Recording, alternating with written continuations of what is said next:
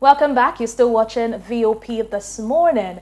And now the student of the Federal University, Gusau, Zamfara State, who were abducted by suspected terrorists were seen on Tuesday by residents in Madada, a community in Maru, local government of the state, receiving medication at a health center. The terrorists were said to have attacked 3 female off-campus hostels at Sabungida, one of the university's host communities on the outskirts of Gusau, Zamfara capital, and abducted 24 students and some residents of the community last Friday. 13 of the victims have been rescued as of Tuesday in 2 separate rescue operations by the combined team of soldiers of the 1 Brigade Nigerian Army, Gusau, and other security agencies. Still with us is Great Imo and Nick Agule, who are both public affairs analysts. Now, to you, Great Imo, what do you think? What would you make of the quick response of the rescue of the students compared to other similar cases? And how were they quickly rescued this time around?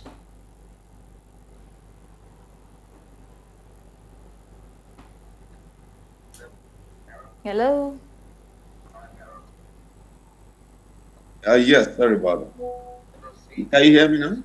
Yes, we can hear you. Thank you. So I think what is going on is that with the appointment of new service chiefs, the ongoing kind of rejigging of the security environment in Nigeria, and the new appointees and those who came with the new administration are also they are also making efforts to show that there is something going on ground. Hence, even the fact that some of those kids were rescued showed some kind of effort. Though those sometimes we don't get to probe the rescue because if that something people were adopted, you went only to rescue 6. Uh, Sometimes we don't. My common friend will ask me, "What happened to the rest?" So sometimes these people who are considered haven't been rescued. They are people who are actually on their own, maybe escaped and all of those things. Sometimes when they gather, they bring them to the media so that we can see something that if it is actual, it is a rescue. I wonder how 34 people or so were supposed to be rescued. Rescued only 6 and left the rest. So to my thinking, there's possibility that those were people who escaped as the bandits took them, and when they eventually saw them, they discovered where they are. They called them those who were rescued. But that notwithstanding, the more troubling question now is that we should have places in Nigeria where non-state actors are actually determining everything. That means they are governing the area because if they can Exactly. tax people, Exactly my thoughts. it's unfortunate. Exactly my thoughts. Great. Exactly my thoughts when I saw that one, because apparently, as it is now, the area, the Madada area is, the bandits, they are holding grounds there. Now, some of the kidnapped students were seen, going into a health facility there to receive treatment for malaria and all of that. Now the people that reside around that area are also being taxed. That is government within the government. Isn't that something to be troubled about? Now, that is on one side. I'd like to ask Nick this question now. Now, since we were able to identify the students when they were being taken for treatment, that supposes that we have intel. All right, Nigerians, the security agents have they get intel. They know where these people are per time. Now, why can't there be a strike to reduce their numbers and incapacitate them since we know where they are from time to time. Nick, please.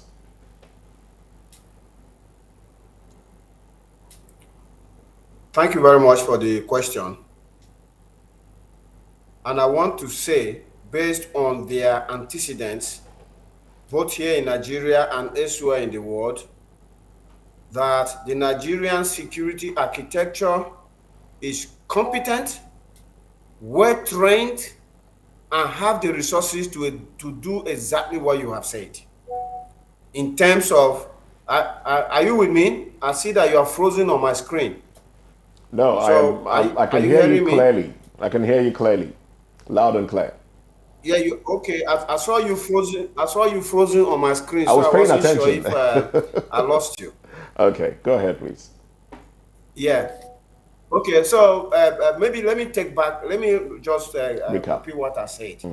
I said that the answer to your question as to if it is possible for our security agencies to, through intel and some other means, storm these hostage situations and bring it to a conclusion.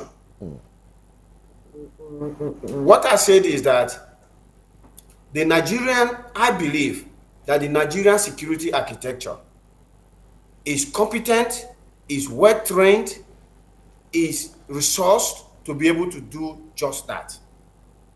But in the last dispensation under President Buhari, nothing of such happened where a kidnap situation was resolved through security agencies' intervention. Instead, President Buhari repeatedly told us Nigerians that he prefers the negotiation route instead of military or security intervention route. And we could see how kidnapping became an industry because it was no longer risky to kidnap. Anybody could kidnap anybody, keep them hostage, and be using them as bargaining chips to make money. Because the president of the country on TV, being watched by the entire world, said he doesn't want to deploy security to hostage situations. He would rather go with negotiation. President Tinubu must show a remarkable departure from President Buhari.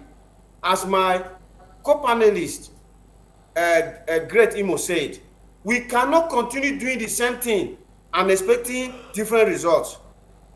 We saw how kidnapping thrived, boomed, and became an industry under President Buhari. Using this negotiation approach, President Tinubu must be a man of his own. He must take his own course.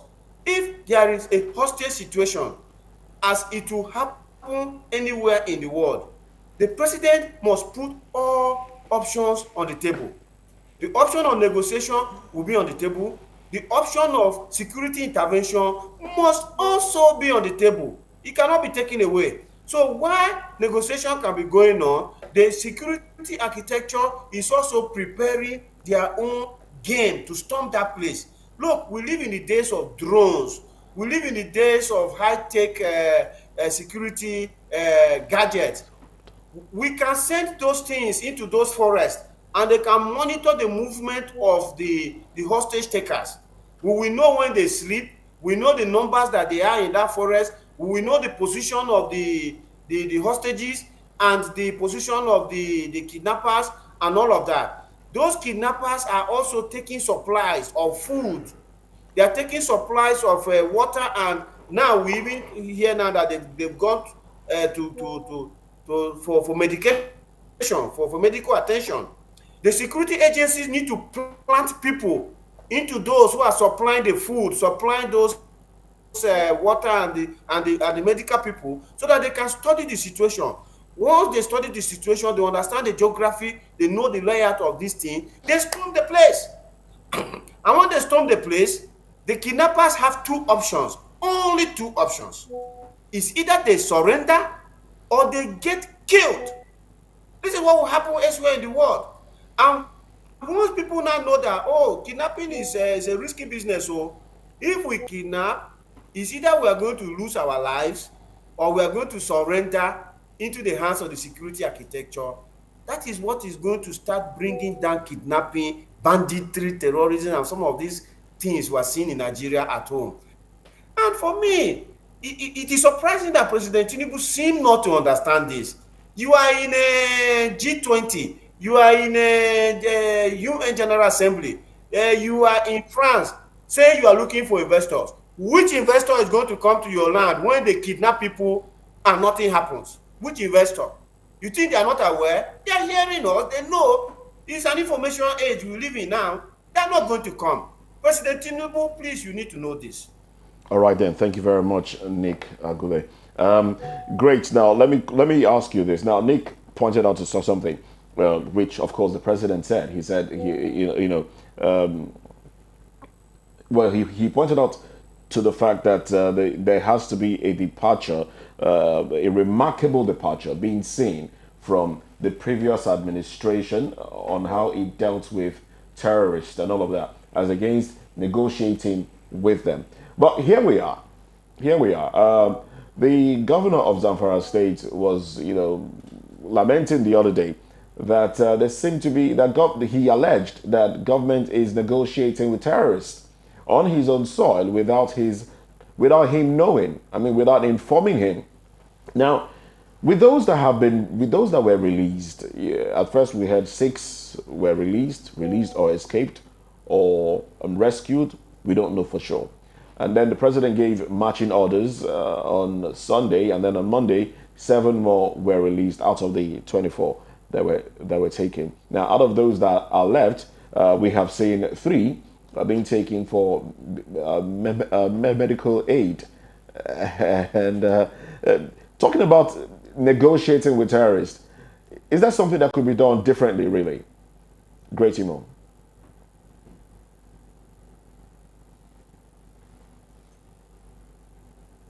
Kidnapping, terrorism stuff is an industry now, actually.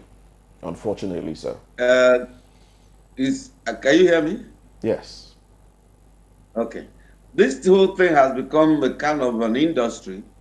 Unlike then, when you talk about terrorism, we knew they were a group of dedicated people trained over a period of long time, connected to some international network organizations that actually cause global damage, psychologically traumatize a group of people in order to extract certain things from them or to, push their narrative, agenda, or ideology.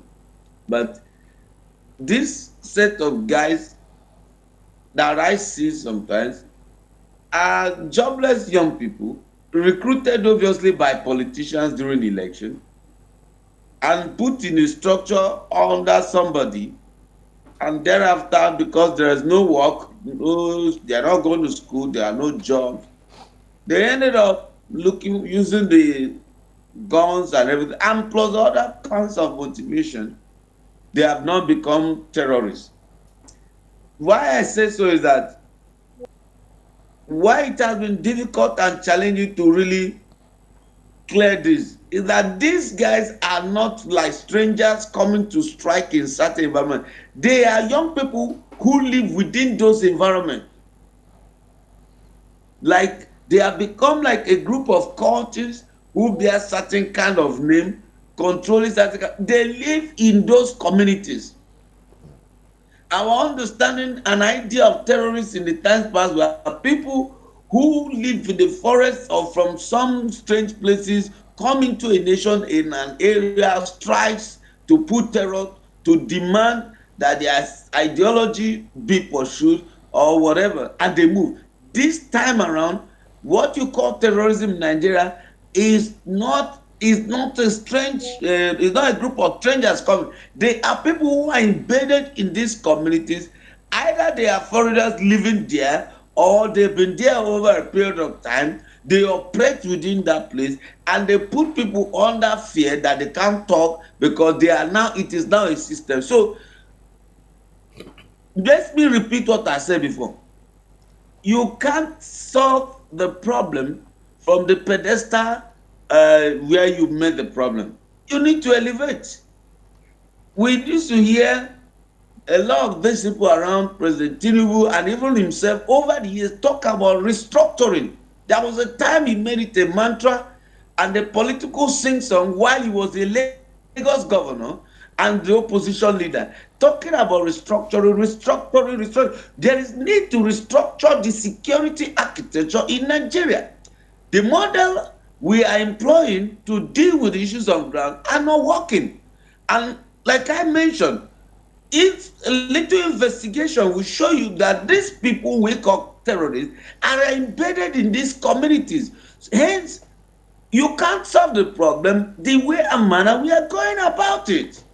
There is a need for total review and also to what to streamline this behemoth kind of governance where somebody from Abuja has to be dispatched to Borno, Zamfara. All those things we have to change them. We have to have communities well empowered to take some remedial actions. That is why the governor himself is compared the chief security officer of the state, and you are negotiating with bandits.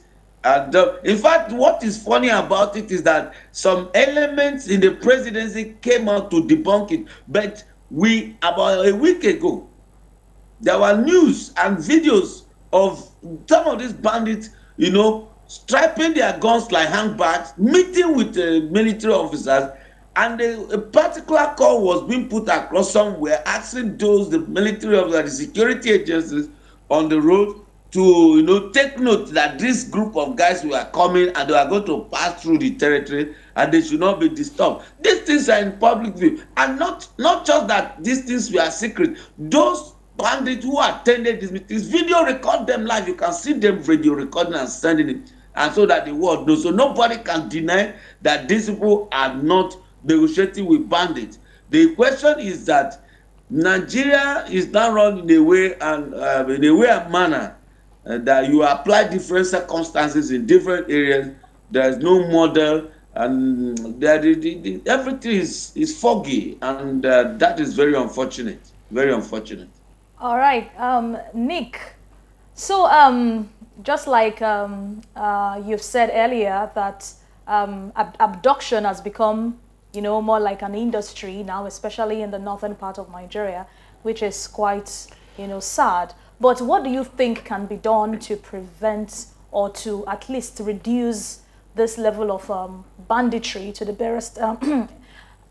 barest minimum, so that at least for the safety of people in such locations? And yes, and okay, you can just wrap that in your final thoughts, and so we can move on to yes. So basically, what exactly do you think can be done to prevent banditry in Nigeria today, and what can the populace, even if the government is slacking or not doing enough, to protect its citizens, what can the populace do to help themselves? I mean, in the western part, we have the Amotekun, trying to make sure that even if the government is not protecting us, we'll protect ourselves and all of that. Do you think that should be something every other part of Nigeria should adopt, so that, we don't keep having this abductions every now and then? Thank you very much. So, as it is said in security parlance, I'm not a security expert, but as a public affairs analyst, I take interest in matters that come to the public space.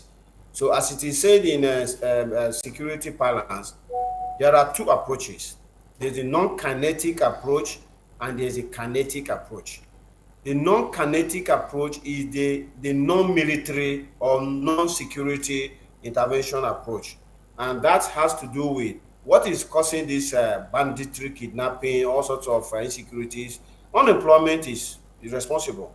You never hear that bankers, people working in the oil industry, or people who are working in telecoms and all that are kidnappers or bandits or terrorists. No, because as we speak today, they are in their offices working hard to earn a living. So there are too many unemployed people in Nigeria. And because they don't have an office to go to, when they wake up in the morning, they become easy prey for people to recruit into these nefarious activities. You know, education, like Great Imo said, we have the highest number of of children out of school. By now, everybody who is up to age 18 should be in school, sitting in a classroom, not available to anybody to use for nefarious activities. You know, then we have traditional institutions. Like Great Imo said, these guys are operating within the community. The community people know them. So traditional institutions should come in. Government at the local government level, state level, they should come in. You know, the religious organizations like churches and mosques and all of that should come in to try and take these people out of where they are in this industry of kidnapping, banditry, and terrorism into some more value-adding things for themselves, of which things like agriculture. If we activate agriculture in Nigeria, it's going to take these guys off the streets into farms. As we speak today, they'll be sitting on tractors, they will be harvesting, planting, they will be doing also processing and all of that. They will be busy, they will not be available. So that is the non-kinetic approach. The government must create that enabling environment to ensure that we have to stop this thing from taking place by making these guys to be more useful to themselves. Then there is the kinetic approach, which is the military approach, the security agency approach. Here in Nigeria today, we have all sorts of, and in that one, there are two aspects to that. The kinetic, there are two aspects. The one is to prevent this from happening. The other is, if it happens, then moving. Now, to prevent this thing from happening, Nigeria has all sorts of intelligence architecture. There is a DSS, there is a Department of Military Intelligence, there is a Department of DIA. You understand? That's the one that Ribadu was saying the other time. There is all sorts of intelligence agencies in Nigeria. I can't name them. There are so many. What are they doing? And this requires the president to sit them in a room and say, my guys, you know, these things shouldn't be happening. And look, if something is not prevented, that should have been prevented, happens, I'm going to hold you accountable. I'll hold you responsible. And you are most likely going to go home. Because I want to give the job to somebody who will gather intelligence and stop these things from happening. That is on the one side. Then on the other side is the guns and bullets approach. That one is, if these guys are moving in now, or they have moved in and they have done something, we have to use guns and bullets on them, because that is what happens elsewhere as well. You know, you cannot let people come into our territory and kidnap people. And you know, in Nigeria now, there's another term that is used: ungoverned spaces. That means we have allowed on Nigeria's sovereignty certain territory of Nigeria to be out of reach to our security architecture. Our security architecture have no control over what is happening there. And that should be worrying. And you know, we keep saying this thing. President Tinubu thinks that he can go to New York and bring an investor. Who knows that in that country, there are places that he, as president, has no control over. And you think the people are going to come? So we have to use the guns and bullets. If the option that these people want to take is that they don't want to surrender, then they have to be killed. That's just what it is. So in terms of what needs to be done, in summary, as I said, non-kinetic, kinetic. In the non-kinetic, let us just get people busy so that they don't have time for nefarious activities. In the kinetic, the intelligence must be in place. And then, if something happens, we have to use guns and bullets to solve it. All right, then. Thank you very much, Nika Gule. We do appreciate you for your time. And great Imo. Now, let's have your final thoughts as well on the topics we've discussed this morning.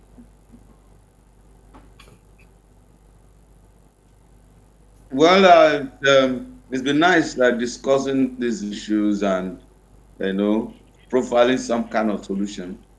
And the first thing anybody needs to know in trying to solve a problem is that you must have the seriousness, the willingness, and you must understand the problem you want to solve.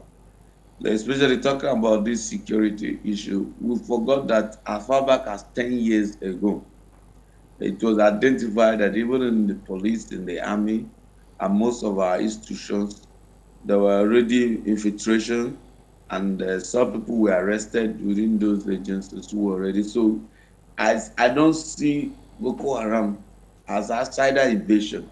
Boko Haram is a system, it's an organized structure that has infiltrated different areas, both the traditional institutions.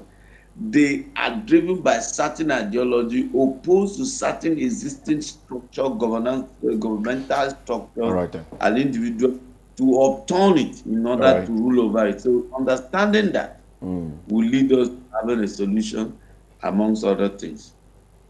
All right then. Thank you very much. Great email. Thank you very much as well. Thank you for your thoughts this morning. I would totally appreciate you. My pleasure.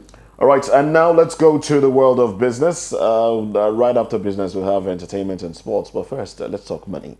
All right, money matters on a Thursday, every day for that matter. All right, so in business now, we hear that Ebonyi and Abia states led as food prices jumped by 31% within 12 months from July 2022 to July 2023.